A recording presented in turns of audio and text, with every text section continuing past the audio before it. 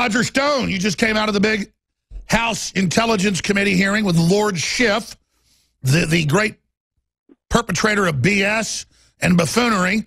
And we've got the exclusive video of what you testified inside to up on Infowars.com. Tell us what happened. Well, Alex, major breaking news that will be heard first around the world here at Infowars. During my testimony, when I said I did not believe that the Russians had hacked the DNC, and I cited the fact that the DNC had refused to turn over their servers for examination to the FBI, both Congresswoman Spear and Congressman Schiff objected and said that, in fact, the DNC had turned over their server. Now, in fact, it was pointed out by Trey Gowdy, the Republican member, that both FBI Director Comey and Homeland Security Secretary Johnson came before this very committee and testified that the DNC had not turned over their server to the FBI. So, Alex, somebody's lying, and we need to get to the bottom of who that somebody is. Somebody's committing perjury in Camelot. Certainly appears that way, although what's interesting is I have just learned, as the witness, I am subject to the laws regarding perjury, but as the questioners, if they lie, well, there's no penalty for that. I corrected the record. I made it very clear that there was no collusion by Donald Trump, the Trump campaign, the Trump family, the Trump friends, the Trump associates, certainly nobody at InfoWars with the Russian state.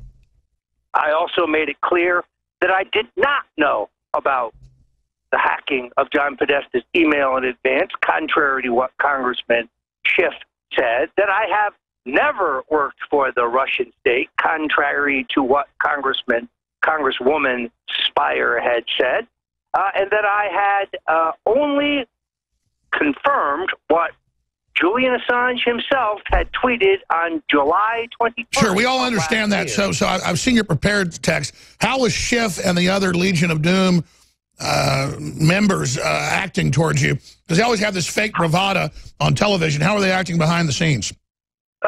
They were weasels. Schiff was particularly a weasel. They were attempting to set several perjury traps. They were unsuccessful. They read back to me a number of my commentaries on Infowars.com, trying to twist them to say that they said something they didn't. So when I said on Infowars that I had been in communications with Assange, I also made it clear on Infowars that that communications was indirect through an intermediary. But the New York Times was talking to him at the same time. You're allowed to talk to people. Exactly the point. Assange isn't a Russian agent. They also asked me if I had ever posted and then deleted a tweet. I didn't recall that I had.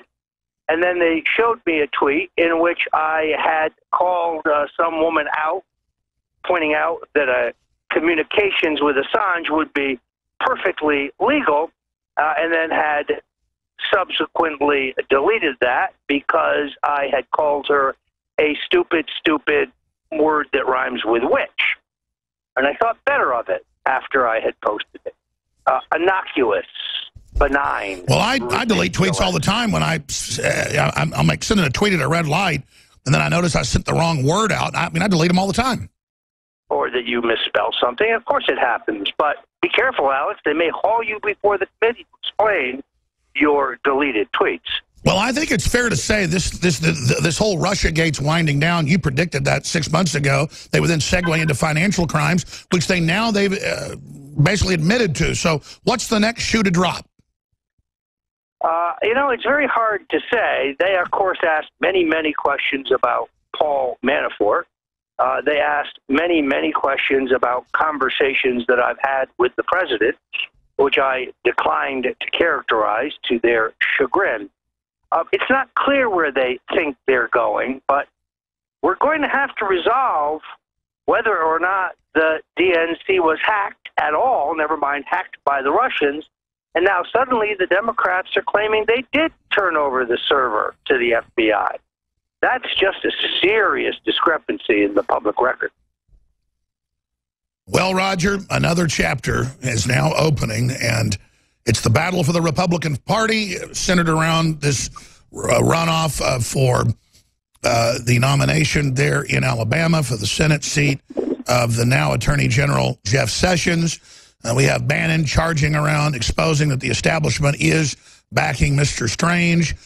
Give us your approximation as a political operative on what's going on in Trumplandia. Is he still keeping the faith? Well, I am completely at one with Steve Bannon. We are both supporting the same candidate, former Judge Roy Moore. Roy Moore, ironically, will be more loyal to the Trump agenda than the candidate the president has been conned into supporting. That would be Luther Strange. So things are kind of backwards there, but a victory for Moore will be a victory for the Trump agenda, while a defeat for Strange will unfortunately be a defeat for the president, because I believe, as Steve does, the president was conned into supporting the establishment Republican candidate. So this is what we're supposed to do, keep them honest, take over the Republican Party. In the internal documents of the Republican and Democratic parties, as you know, back during the last campaign, the greatest fear is a libertarian insurrection, an Americana Christian insurrection, those three groups together, all taking the Republican Party over. And we're doing it, and they're scared, and I don't know how long the Republican establishment, the Mitch McConnells, the Paul Ryans, can hang on by their dear lives.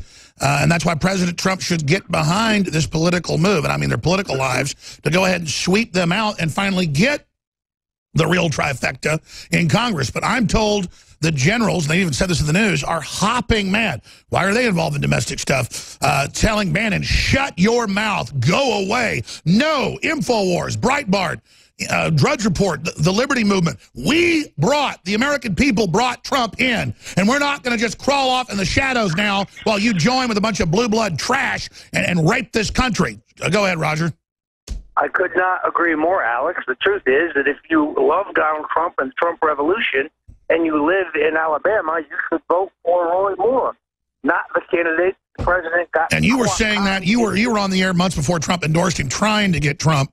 Were you ever able, I know it's always limited, the stuff you get to talk about with him or others do, to say, early on, I remember talking to you saying, as soon as the president calls me, I don't know if we can get into this, I'm going to really push Judge Moore, not this Strange, and then just, I guess you didn't get the word to him, or it wasn't enough, or what happened? Well, I made the case, in all honesty, like Ronald Reagan. He had two options. One was to endorse no one. That's what every Republican president in my lifetime has done in statewide primaries, and then campaign for the nominee. Or there was a golden opportunity in a special election to send a message to Mitch McConnell and Paul Ryan and the country club Republicans who've been knifing Donald Trump in the back that we're not going to take their crap anymore. He should have endorsed. And instead, he gave them what they want, and then a month later, Mitch McConnell wouldn't even return his phone calls, an arrogant piece of trash. No question. And what's the guarantee that Senator Strange will stand with us on Obama? Well, by the way, they now admit that Trump's giving Strange very half-hearted endorsements and is really sabotaging him. So, I mean, does Trump know the error of his ways now? I think he's figured it out. But the moral of the story is, don't take political advice from your liberal Democratic son-in-law, Jared Kushner, because that's who recommended the endorsement of Mitch McConnell's running dog lackey candidate, Luther Strange. All right. Infowars.com, Roger Stone, StoneColdTruth.com. More exclusives coming. Let you get some lunch and some rest now, and we'll talk later coming up on The War Room that you co-host with Owen Schroyer, coming up today, 3 o'clock Central, in about 2 hours. Thank you. God bless you, Eric. God bless you, Alex, and victory or death. Hey, we're teleprompter free. My new name is Eric Jones. Thanks, buddy. Yeah, absolutely. Victory or death. There he goes.